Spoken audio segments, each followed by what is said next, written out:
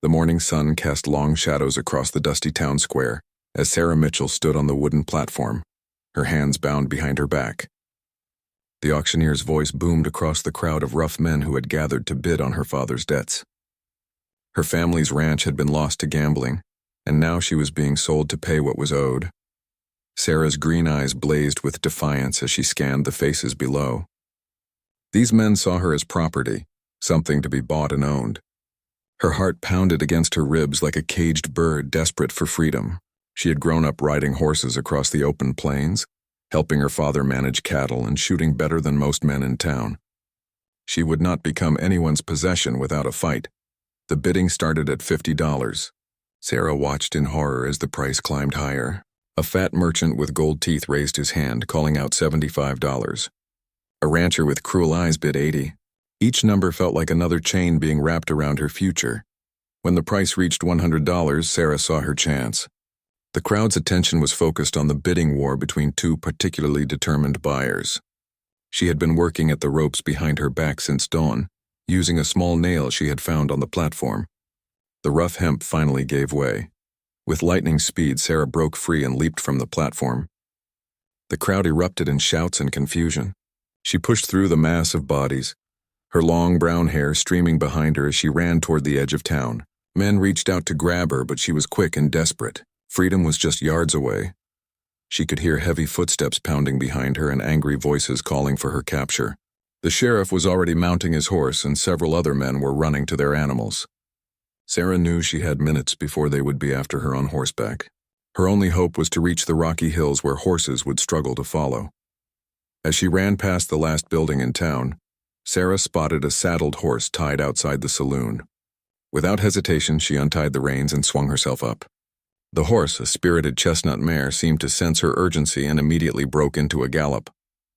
Behind her, she could hear the angry shouts growing louder as her pursuers organized their chase. The wind whipped through her hair as she rode hard toward the wilderness. She had no plan beyond escape, no destination except away from that terrible platform and the men who wanted to own her. The horse beneath her was strong and fast, but Sarah knew it was only a matter of time before her pursuers caught up. As she crested a small hill, she looked back to see a cloud of dust rising from the town. At least 6 riders were already in pursuit, and more would surely follow. Sarah pressed her heels into the horse's sides, urging it to run faster. The rocky canyon country lay ahead, and if she could reach it, she might have a chance to lose them in the maze of stone passages. The chase had begun, and Sarah Mitchell would either die free or be dragged back to face a fate worse than death. She leaned low over the horse's neck, her heart hammering with fear and determination. The sound of pursuing hooves grew closer with each passing moment, but she refused to look back again. Her stolen horse was beginning to tire, and foam appeared at its mouth. The pursuing riders were gaining ground rapidly. Sarah's mind raced as she tried to remember every hiding spot and secret trail she had discovered during her childhood adventures in these hills. If she could just make it to the old Apache caves, she might be able to hide until darkness fell.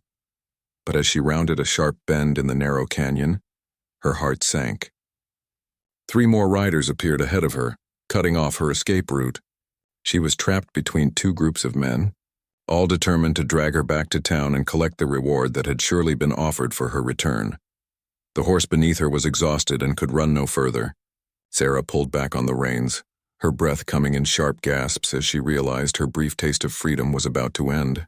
The riders closed in from both directions, their faces grim with determination and anger at the trouble she had caused them. Sarah's exhausted horse stumbled to a halt as the 7 men surrounded her in the narrow canyon. Their faces were red with anger and the effort of the chase. The sheriff spat tobacco juice into the dust and wiped his mouth with the back of his hand. "You've caused us a heap of trouble, girl," he growled, dismounting from his horse. "But your little adventure is over now. Time to go back and face the music." The fat merchant who had been bidding on her rode closer, his small eyes gleaming with satisfaction. "I'll double my bid for the trouble she's caused," he announced. $150 and she comes with me right now." Sarah's hands trembled as she gripped the reins tighter. She looked around desperately for any possible escape route, but the canyon walls rose steep and rocky on both sides. The men were already discussing how to tie her up for the journey back to town. Just as the sheriff reached for her bridle, A piercing war cry echoed through the canyon. The sound bounced off the stone walls, seeming to come from everywhere at once. The horses began to prance nervously, sensing danger that their riders had not yet noticed. From behind a large boulder stepped a figure that made Sarah's heart skip a beat. An Apache warrior emerged into the sunlight, his movements as fluid and silent as a mountain cat. He was tall and lean, with broad shoulders and arms marked by old battle scars. His black hair hung to his shoulders, held back by a beaded headband. War paint streaked across his high cheekbones, and his dark eyes burned with an intensity that made the white men shift uncomfortably in their saddles. The warrior carried a rifle in one hand and a tomahawk in the other. More disturbing to the posse, they could see at least 3 more Apache warriors positioned on the canyon rim above them, their weapons aimed down at the trapped group. "Nobody moves," the lead Apache said in clear English, his voice carrying complete authority. His gaze swept over the white men before settling on Sarah. Something flickered in his dark eyes as he studied her face, taking in her defiant expression and the way she sat straight in the saddle despite her fear. The sheriff's hand moved slowly toward his gun, but stopped when an arrow suddenly appeared in the ground between his horse's front hooves. The message was clear. Any sudden movements would result in death. "We don't want any trouble with you Indians," the sheriff said, trying to keep his voice steady. "This is white man's business. The girl owes a debt to the town." The Apache warrior stepped closer, and Sarah could see the strength in his movements, the way he held himself like a man who had never known defeat. His presence seemed to fill the entire canyon with dangerous energy. "I see a woman who runs from men who would cage her," the warrior said, his eyes never leaving Sarah's face. "This is not your white man's business. This is about freedom." The merchant spoke up, his voice shaking slightly. "Now see here, savage. That girl is worth good money, and we have legal claim to her. You can't just interfere with civilized law." The Apache warrior's expression didn't change, but Sarah saw something deadly flash in his eyes. In one smooth motion, he raised his rifle and pointed it directly at the merchant's chest. "Your civilized law puts women on blocks like cattle," he said, his voice low and dangerous. "My law says the strong protect those who cannot protect themselves." Sarah felt something stir in her chest as she watched this stranger stand up to the men who had been hunting her. No one had ever defended her before, not since her father died and left her at the mercy of his gambling debts.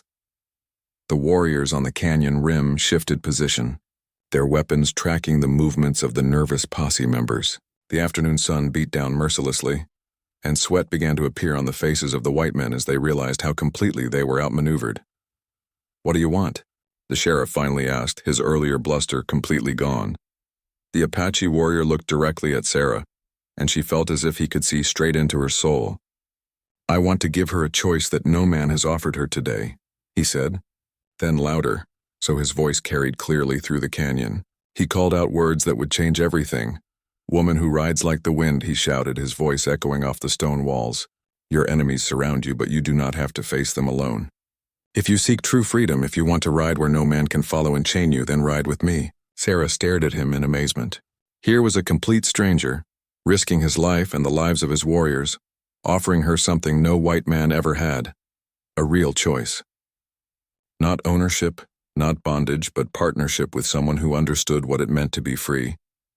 The posse members looked back and forth between Sarah and the Apache, realizing that their simple mission to recapture a runaway had become something far more complicated and dangerous than they had bargained for.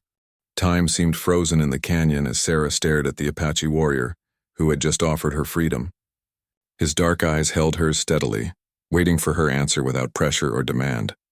Around them, the 7 white men sat rigid in their saddles, caught between their greed and their fear of the warriors positioned above them. Sarah's mind raced as she considered her options.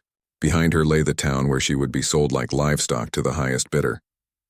The merchant with gold teeth was already planning what he would do with his purchase, and she could see the cruel hunger in his small eyes. The sheriff represented a law that saw women as property to be traded for men's debts. But this Apache warrior was offering something different. He wasn't trying to own her or control her. He was offering her a chance to choose her own path, even if that path led into the unknown wilderness with people she had been taught to fear. "Girl, don't be foolish," the sheriff said, breaking the tense silence. "These savages will do worse things to you than any civilized man. Come back with us now and I'll make sure the merchant treats you decent. The Apache warrior's jaw tightened at the word savages, but he remained silent, still waiting for Sarah's decision. She noticed that despite holding all the power in this moment, he wasn't pressuring her or making threats. The choice was truly hers. Sarah thought about her childhood riding free across the plains with her father. She remembered the feeling of wind in her hair and open sky above her head. Then she thought about the auction block, the feeling of men's eyes evaluating her like they would a horse or a piece of farmland. How do I know you won't just trade me to another tribe? Sarah asked the Apache warrior, her voice steady despite her racing heart. Because, he replied, among my people, a woman who proves herself strong earns respect, not ownership. You ran from that platform. You stole a horse and outran 7 men on horseback. You have already proven your strength. The merchant interrupted with a nervous laugh. You can't trust these Indians, girl. They're lying savages who'll scalp you the first chance they get. I'm offering you a good home, regular meals, decent clothes. Sarah looked at the merchant's sweaty face and soft hands, then back at the warrior's scarred arms and steady gaze. She had heard stories about Apache raids and violence, but she had also heard stories about what happened to women who were sold to pay debts. At least with the Apache, she would have a chance to prove herself. With the merchant, she would only ever be property. What would I have to do? Sarah asked the warrior. Learn our ways.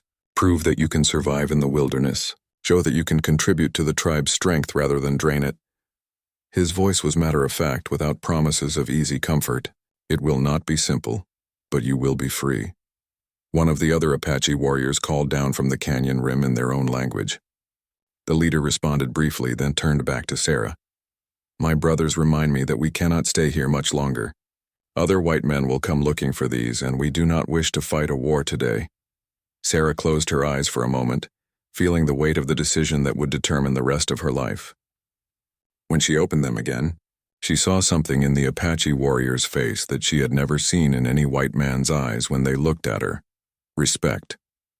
If I come with you, she said slowly. What happens to them? She nodded toward the posse. They ride back to town with a story about how the woman they chased vanished into Apache territory. The warrior replied. We take their guns but leave them their lives because you asked. The sheriff started to protest, but the warrior raised his hand for silence. The woman decides now, or we decide for all of you. Sarah straightened in her saddle, feeling something shift inside her chest. For the first time in months, she felt like she had real power over her own fate. The scared, desperate girl who had fled the auction block was still there, but something stronger was growing alongside her fear. I've spent my whole life being told what I couldn't do because I was a woman, Sarah said, her voice growing stronger with each word. I was told I couldn't run the ranch after my father died. I was told I couldn't pay his debts myself. I was told I had no choice but to stand on that block and let men bid on me like cattle. She looked directly at the Apache warrior, and something passed between them, an understanding that went deeper than words. You're the first person to tell me I could choose my own path, Sarah continued. Maybe I'll die trying to learn your ways. Maybe I'll fail and you'll have to send me back, but at least I'll fail as a free woman, not as someone's property. The warrior nodded slowly, approval flickering in his dark eyes. Then ride with me, woman who breaks her own chains. We will see what kind of strength lives in your spirit. Sarah felt a thrill of terror and excitement shoot through her as she realized what she was about to do. She was turning her back on everything she had ever known to follow a stranger into the wilderness. But for the first time since her father's death, she felt truly alive. Sarah urged her tired horse forward toward the Apache warrior, her heart pounding with a mixture of fear and exhilaration. Behind her, she could hear the sheriff cursing under his breath and the merchant muttering about lost investments. But their voices seemed to fade as she drew closer to the man who had offered her freedom. The warrior gestured for her to follow him, then called out commands in Apache to his companions above. Within moments, 3 more warriors appeared on the canyon floor, moving with the silent grace of shadows. Sarah was struck by how different they seemed from the white men she had known. There was no bluster or boasting, just quiet confidence and deadly competence. My name is Kestrel, the leader told her as they began to move deeper into the canyon. I am called this because I see far and strike fast. I'm Sarah Mitchell, she replied, trying to keep her voice steady as they rode away from everything familiar. Sarah is a white woman's name, Kestrel observed, If you truly join us, you will need a name that speaks of who you are, not who white men say you should be. As they traveled deeper into Apache territory, Sarah began to understand just how completely she had left her old world behind. The landscape grew wilder and more rugged with each mile. Rocky spires jutted up from the desert floor like ancient monuments, and hidden valleys opened suddenly to reveal unexpected streams and green meadows. Kestrel and his warriors moved through this terrain like they were part of it. They knew every hidden path, every water source, every place where enemies might set an ambush. Sarah realized she was seeing the land through entirely different eyes, not as something to be conquered and fenced, but as a living partner in the dance of survival. By the time the sun reached its peak, Sarah's stolen horse was stumbling with exhaustion. Without being asked, one of the other warriors, a young man with intricate tattoos covering his arms, dismounted and offered her his fresh mount. Sarah hesitated, not wanting to take advantage of their hospitality, but Kestrel nodded his approval. Among Apache, we share what is needed for the tribe's survival, he explained as Sarah switched horses. Your strength is our strength now, if you prove worthy. The new horse was a magnificent painted stallion, clearly bred for speed and endurance. As Sarah settled into the unfamiliar saddle, she felt the animal's power beneath her and realized she was riding a horse worth more than most white men earned in a year. The gesture spoke volumes about how these warriors viewed her, not as a captive, but as someone whose welfare mattered to the group's success. They rode hard throughout the afternoon, climbing higher into the mountains where the air grew thin and cool. Sarah's body ached from the unaccustomed pace, but she gritted her teeth and kept up. She could sense the warriors watching her, evaluating her endurance and determination. As evening approached, they reached a hidden valley where a small stream wound between towering pines. Kestrel called a halt, and Sarah nearly wept with relief as she dismounted. Her legs shook from the long ride, but she tried to hide her weakness. Rest now, Kestrel said, studying her face. Tomorrow we reach my tribe and your real testing begins. The warriors made camp with efficient precision, each man knowing exactly what to do without discussion. Sarah watched them work and realized how much she still had to learn about surviving in the wilderness. In town, her biggest concerns had been cooking meals and mending clothes. Out here, a moment's carelessness could mean death. One of the younger warriors, who had been silent all day, approached Sarah as she sat by the small fire they had built. His English was heavily accented but clear. "I am called Swift Arrow," he said. "Kestrel has told us about the auction block where white men were buying you. This thing is not done among Apache people. What happens to Apache women?" Sarah asked, curious about the society she was entering. "Apache women own their own horses, their own weapons, their own lodges," Swift Arrow replied. "A man who wishes to marry must prove himself worthy to the woman and her family. No woman is sold or traded like cattle." This information both comforted and intimidated Sarah. If Apache women were expected to own weapons and defend themselves, she would need to learn skills that proper white ladies were never taught.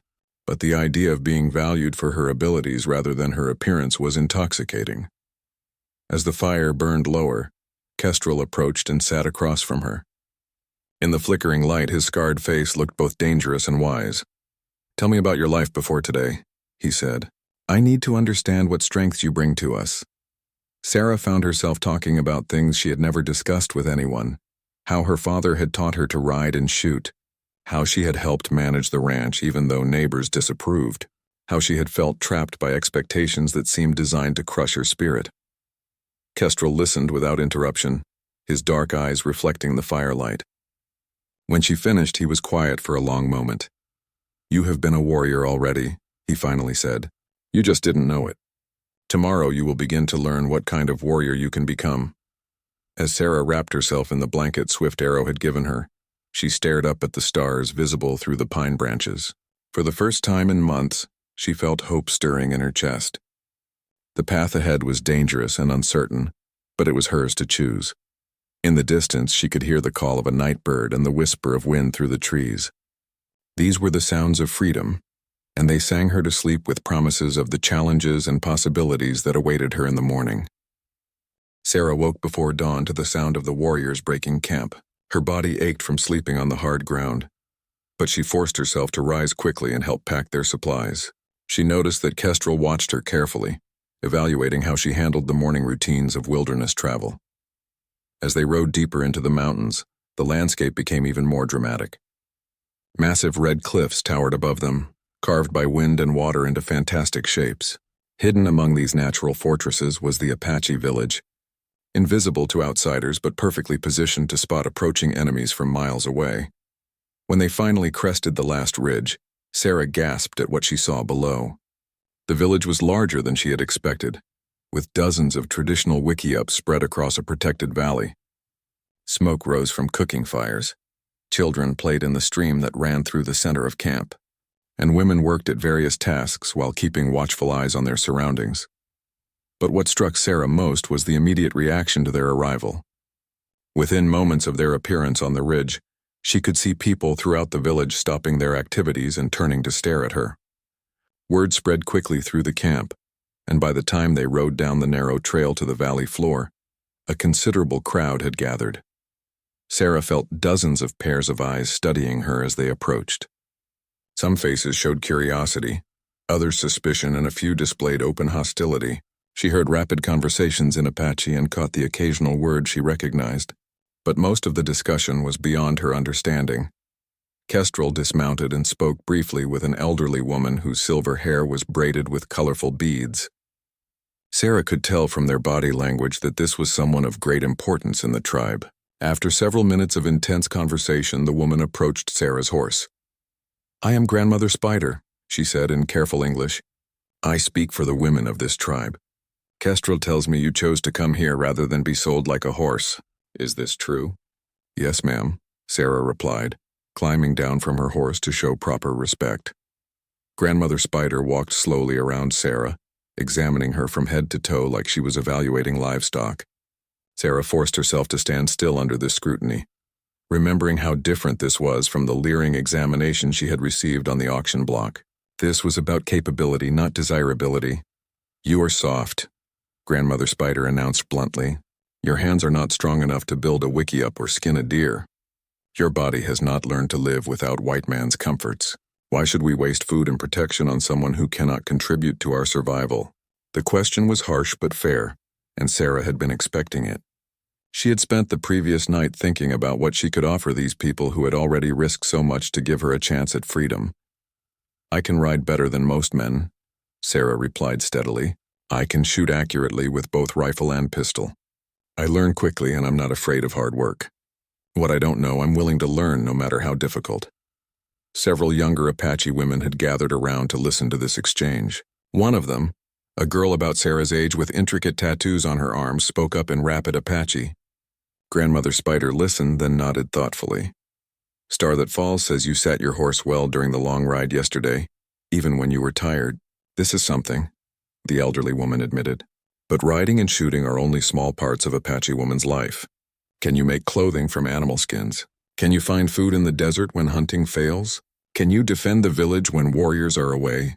"I don't know," Sarah answered honestly. "But I want to learn all of these things." Grandmother Spider studied her for another long moment, then made a decision that would determine Sarah's fate. "You will stay with Star That Falls for one full moon. She will teach you women's skills. If you can prove yourself worthy in that time, you may remain with us. If you fail, Kestrel will take you back to the edge of white man's territory." The crowd began to disperse, but Sarah could see many people still watching her from a distance. She understood that every move she made would be observed and judged.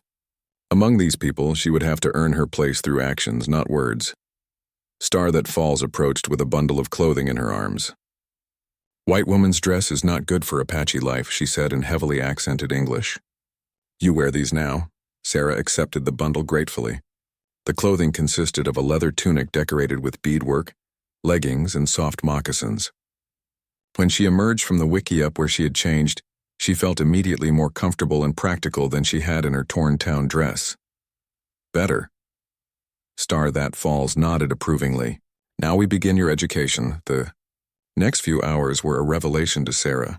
She learned that Apache women were expected to be skilled in dozens of different areas, from preparing various types of food to crafting weapons to treating injuries. Star That Falls showed her how to identify edible plants, how to weave baskets tight enough to hold water, and how to read weather signs in the sky. But the most important lesson came when Star That Falls handed her a knife and pointed to a deer that had been Brought in by the morning's hunting party, Apache woman must know how to prepare meat, she said simply. If you cannot do this, you cannot eat. Sarah had never skinned an animal before, but she approached the task with determination. Her first attempts were clumsy and wasteful, drawing disapproving looks from the other women. But she persisted, and gradually her movements became more confident and efficient. As the day wore on, Sarah began to understand the rhythm of Apache life. Everything was centered around survival and mutual support. There were no idle conversations or wasted motions. Every activity served the tribe's needs, and everyone was expected to contribute according to their abilities. When evening came, Sarah was exhausted but exhilarated. Her hands were stained and sore, her back ached from unfamiliar work, and she had made numerous mistakes throughout the day. But she had also felt more useful and engaged than she ever had in her previous life. As she lay down to sleep in Star That Falls Wickiup, Sarah realized that her real journey was just beginning. The escape from the auction block had been about running away from something.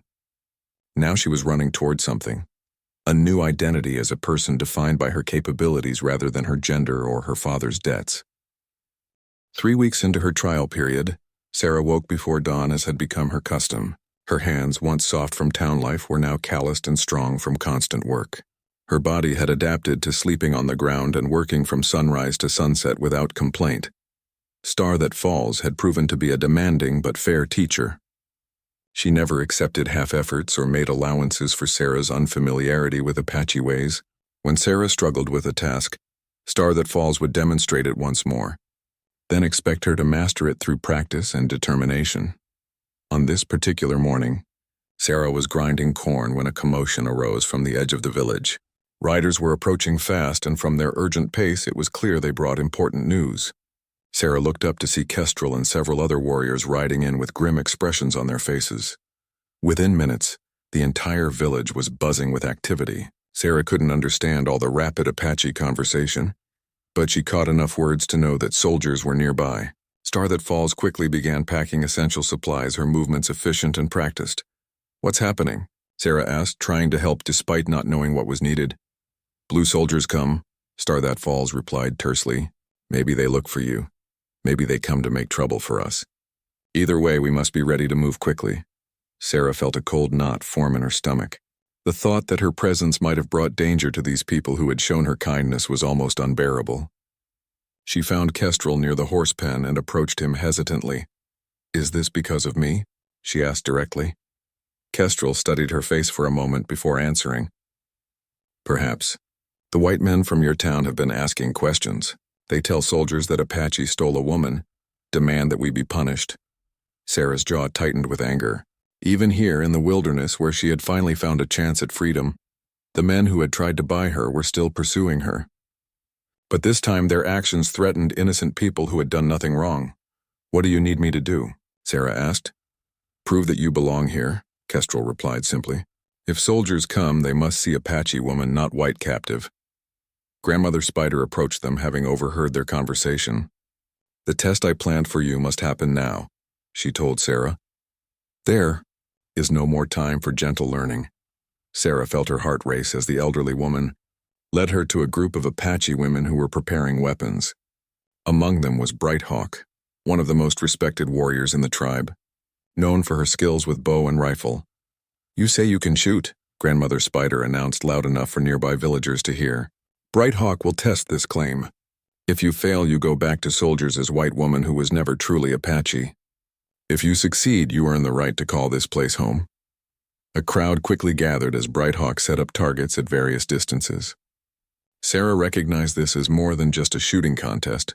It was a public demonstration of whether she truly belonged with the Apache people. Bright Hawk handed Sarah a rifle and pointed to the first target, a piece of bark attached to a tree about 50 yards away. "Show us," she said simply. Sarah took the unfamiliar weapon and examined it quickly. It was an older model than she was used to, with a heavier pull and different sight alignment. She would have to adjust her technique, but the basic principles remained the same. Taking a deep breath, Sarah raised the rifle and sighted carefully.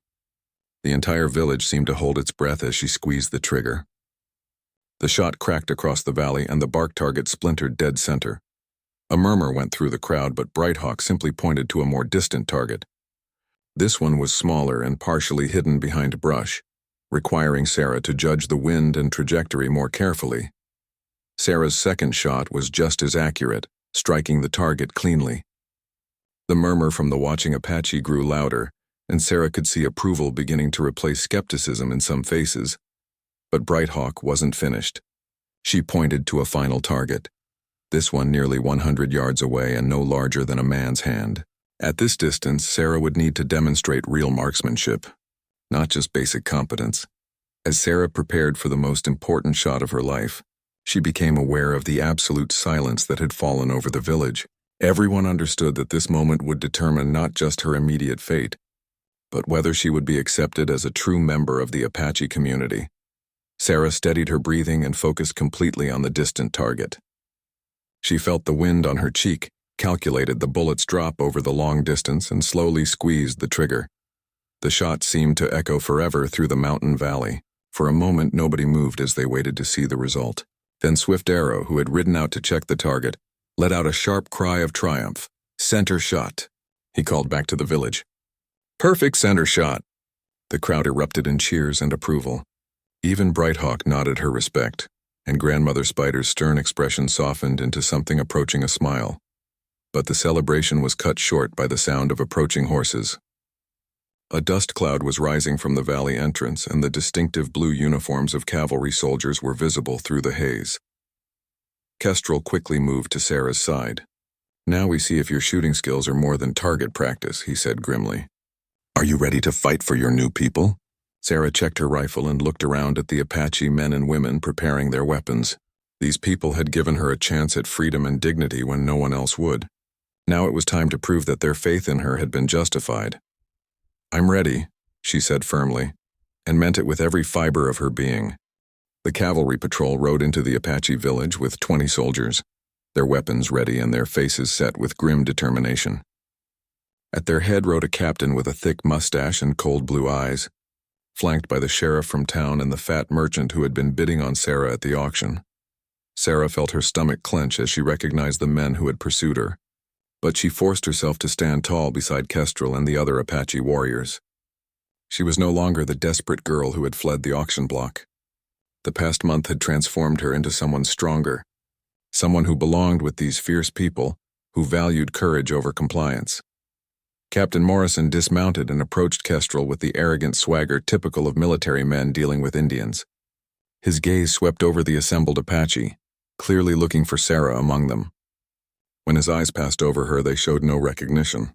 In her Apache clothing, with her skin darkened by sun and wind, she looked like any other tribal woman. "I'm Captain Morrison, representing the territorial government," he announced loudly. "We're looking for a white woman named Sarah Mitchell who was kidnapped by Apache raiders 3 weeks ago. We have reliable witnesses who saw her taken into these mountains." Kestrel stepped forward, his bearing as dignified as any military officer. "I am called Kestrel, and I speak for this band.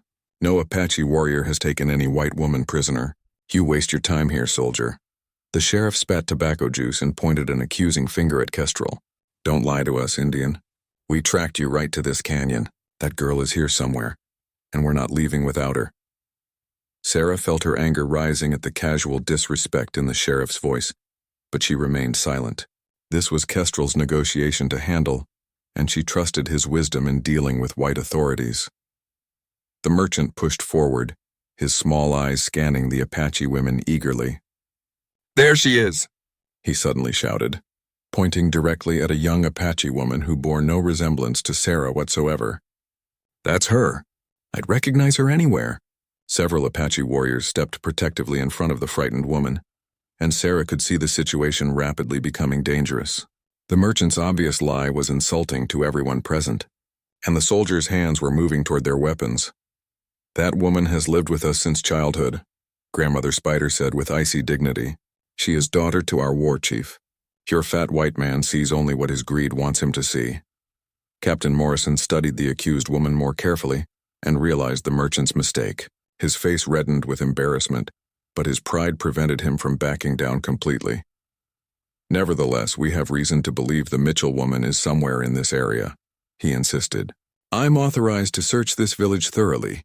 And I intend to do so. The tension in the air became almost unbearable as Apache and soldiers faced each other across the village clearing. Sarah knew that one wrong move could trigger a battle that would result in deaths on both sides. These people had protected her when she needed help most, and she couldn't let them suffer for her freedom. Making a decision that surprised even herself, Sarah stepped forward into the space between the two groups. Her heart pounded, but her voice was steady as she addressed the captain. "You're looking for someone who no longer exists," she said clearly. Captain Morrison's eyes snapped to her face, and she saw the moment when recognition dawned. "Sarah Mitchell," he breathed. "What have these savages done to you?" "They gave me something no white man ever offered," Sarah replied, standing straighter. "They gave me the chance to prove my worth through my actions, not my appearance. They gave me dignity." The sheriff stepped forward aggressively. "Girl, you've been brainwashed by these heathens. You're coming back with us right now, and that's final." "No," Sarah said simply. "I'm not." The merchant's face twisted with rage. "I paid good money for her. She belongs to me fair and square." Sarah felt something cold and deadly settle in her chest as she looked at the man who still thought he owned her. "You paid money for a scared girl who had no choice," she said, her voice carrying clearly across the silent village. "That girl died the day I rode away from your auction block." Captain Morrison was studying her carefully, taking in her Apache clothing, her confident posture, and the way the tribal warriors stood ready to defend her. "Miss Mitchell, these people have obviously coerced you somehow.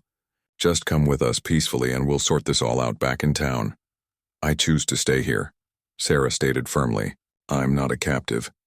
I'm not a victim. I'm an Apache woman now, and these are my people." The captain's expression hardened. "You're a white woman, and you're coming back to civilization whether you want to or not."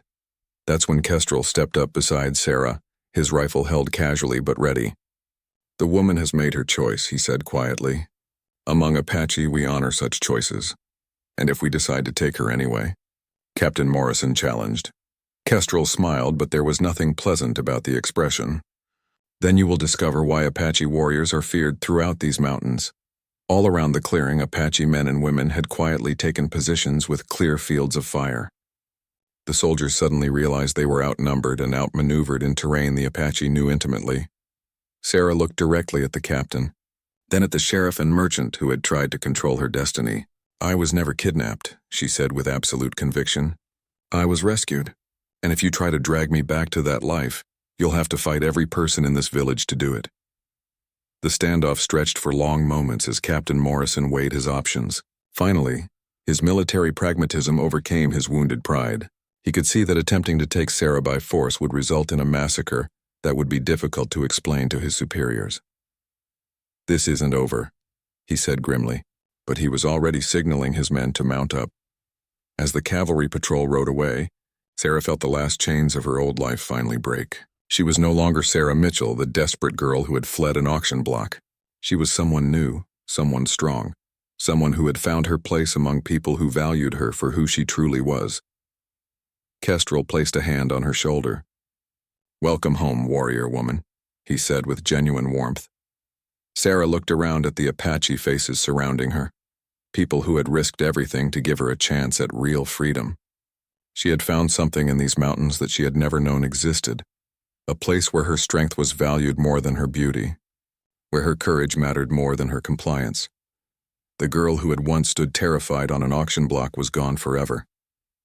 In her place stood an Apache woman, ready to face whatever challenges the future might bring, secure in the knowledge that she had finally found where she truly belonged.